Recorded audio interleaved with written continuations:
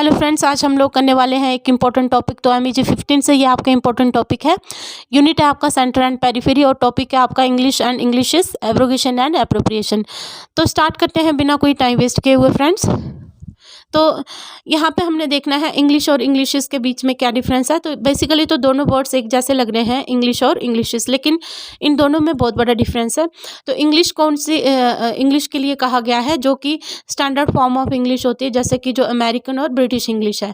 और इंग्लिशेस उन इंग्लिशेस के लिए कहा गया है जो दुनिया के अलग अलग कोने में जो इंग्लिश बोली जाती हैं उनको कहा गया है। फॉर एग्जाम्पल के तौर पर जो जैसे इंडिया में जो इंग्लिश बोली जाती है उसको हम कह सकते हैं वो इंग्लिशेस में ऐड हो रही है, मतलब कि क्योंकि ये जो इंग्लिश है ये तो हम इंडिया में तो बोल रहे हैं, लेकिन हमने इसको अडॉप्ट करा हुआ है ब्रिटिशर से, तो इसलिए ये non standard form of English होती है। यहाँ की जो इंडिया में जैसे इंग्लिश बोली जाती है, तो यहाँ की जो टोन है, यहाँ की जो लैंग्वेज है, यहाँ जो सोशल स्ट्रक्चर है यहाँ का, जो उसका काफ़ी इन्फ्लुएंस जो है वो यहाँ की इंग्लिश पर पड़ता है।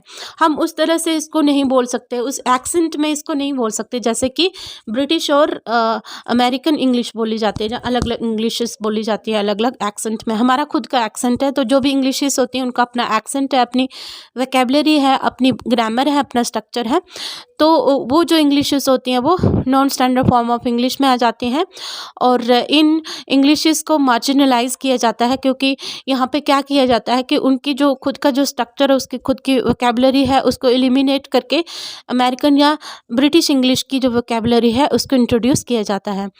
तो फ्रेंड्स, इसके बाद हम देखते हैं एब्रोगेशन एंड एप्रोप्रिएशन। तो यहाँ पे एब्रोगेशन क्या होता है फ्रेंड्स, कि एब्रोगेशन होता है किसी चीज़ को हटा देना। तो अब यहाँ पे हम किस चीज़ को हटाने की बात कर रहे हैं। यहाँ पे जो non standard form of English होती है, जैसे कि अलग अलग देशों में जो इंग्लिशेस बोली जाती हैं, तो उनकी जो कुछ जो वोकैबुलरी होती है, जो उनकी जो कुछ फॉर्म्स होती है, उनको हटा के जो है वो अमेरिकन या ब्रिटिश जो फॉर्म ऑफ इंग्लिश है या उनकी जो वोकैबुलरी है उसको इंट्रोड्यूस किया जाता है।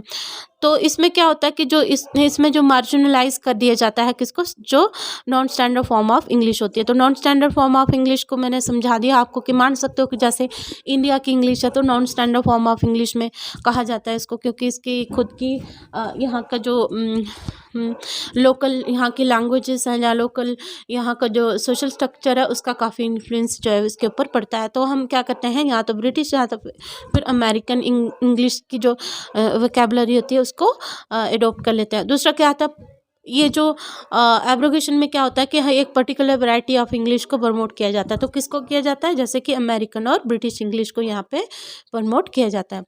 अब हम देखते हैं एप्रोप्रिएशन। तो एप्रोप्रिएशन में क्या होता है कि हम क्या करते हैं, हम किसी भी चीज़ को यूज़ करते हैं, अपने तरीके से यूज़ करते हैं, लेकिन हम जब उस चीज़ को यूज़ करते हैं, जब उस भाषा को यूज़ करते हैं, तो हम किसी की परमिशन नहीं लेते, बल्कि उसकी परमिशन के बिना उसको हम यूज़ कर रहे हैं। जैसे हम देखते हैं कि हम इंग्लिश को यूज़ कर रहे हैं, उसके स्टैंडर्ड फॉर्म को हम अगर यूज़ कर रहे हैं तो हम अपने हिसाब से उसको यूज़ कर रहे हैं। तो यहाँ पे क्या होगा कि यहाँ पे उस इंग्लिश के जो फीचर्स होते हैं उसको हम अपनी खुद की इंग्लिश में उसको इंट्रोड्यूस करते हैं। जैसे मैंने बताया कि जो वर्ल्ड के अलग अलग जो देशों में इंग्लिश बोली जाती है, तो वो किसके फीचर्स को अडॉप्ट करती है, वो अमेरिकन और ब्रिटिश इंग्लिश के जो फीचर्स हैं उनको अडॉप्ट करती है। तो बहुत ही छोटा सा टॉपिक था, आप एक रीडिंग करोगे इसकी तो आपको अच्छे से हो जाएगा फ्रेंड्स। तो आई होप आपको मेरी वीडियो अच्छी लगी होगी। तो अगर आपको मेरी वीडियो अच्छी लगी है तो प्लीज़ लाइक करना, शेयर करना, सब्सक्राइब करना, और मिलते हैं एक नई वीडियो में। तब तक के लिए टेक केयर, अपना ध्यान रखना, keep learning, keep growing, bye bye.